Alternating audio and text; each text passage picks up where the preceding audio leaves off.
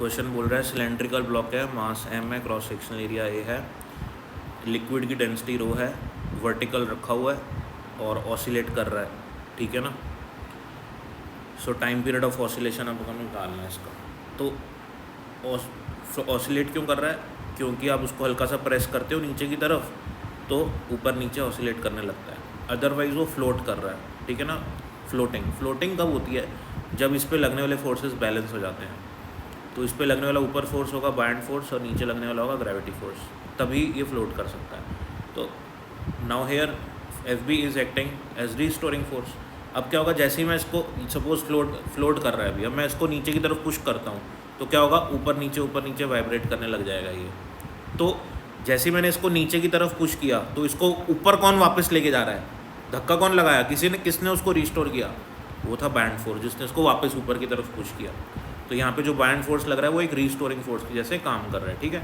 So because when you press it will again stay at x height. So आप इसको press करोगे तो कुछ ऑसिलेशन करने के बाद वो वापस से उसी हाइट पे वापस आ जाएगा, लेंथ इन वाटर, ठीक है ना, या जो भी फ्लूइड है उसमें। सो बायंड फोर्स जो है उसको वापस उसकी पोजीशन पे लेके आ रहा है, इसलिए बायंड फोर्स रीस्टोरिंग फोर्स है।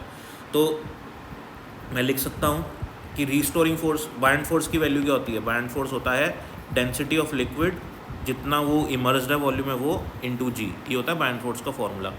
तो अब अपन को क्या करना है, बायंड फोर्स की वैल्यू लिखनी है। ये रहा अपना buoyant force, density of liquid rho है अपन को गिवन है, और वॉल्यूम कितनी वॉल्यूम है हमारा इमर्स्ड है इसकी, भाई एरिया तो ए है और एक्स लेंथ हमने माना है कि वो अंदर है, तो वॉल्यूम कितनी अंदर है उसकी, ए एक्स, है ना, तो into g. So volume immersed into density of liquid into g, ठीक है। अच्छा, ये किसके बराबर? ये रीस्टोरिंग फोर्स है, और फोर्स क्या होता है? मास इंटू एक्सेलरेशन होता है, एम इसका मास है। यहाँ पे मैंने नेगेटिव साइन क्यों लगाया? यहाँ पे मैंने नेगेटिव साइन इससे लगाया क्योंकि यहाँ पे दो वेक्टर हैं, एक है एक्सेलरेशन वेक्टर, दूसरा है डिस्प्लेसमेंट वेक्टर। जब हमने इसको नीचे की तरफ धक्का मारा था तो इसका डिस्प्लेसमेंट नीचे की तरफ हुआ था, और रीस्टोरिंग फोर्स कहाँ लगा? ऊपर की तरफ। और जहाँ फोर्स लगता है वहीं पे क्या होता है? एक्सेलरेशन। तो यानी कि आपने पुश तो नीचे किया और एक्सेलरेट ऊपर हो रहा है। ये एक्सेलरेशन, रीस्टोरिंग फोर्स भी ऊपर लग रहा है और एक्सेलरेशन भी ऊपर की तरफ लग रहा है। तो ये दोनों वेक्टर्स आपस में अपोजिट डायरेक्शन में, तो इसलिए हम इसको नेगेटिव साइन के साथ डिनोट कर रहे हैं। सिर्फ यही बताता है नेगेटिव साइन, और कुछ नहीं। और एसएचएम की जनरल इक्वेशन क्या होती है बेटा? एसएचएम की जनरल इक्वेशन होती है a vector equals to minus omega square x.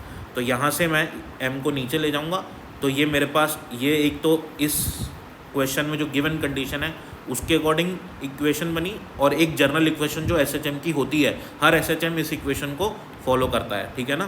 तो अब हम क्या करते हैं, इन दोनों इक्वेशंस को कंपेयर कर लेते हैं। आपको साफ साफ दिख रहा है कि ये वाली जो वैल्यू है ये ओमेगा स्क्वायर के बराबर है।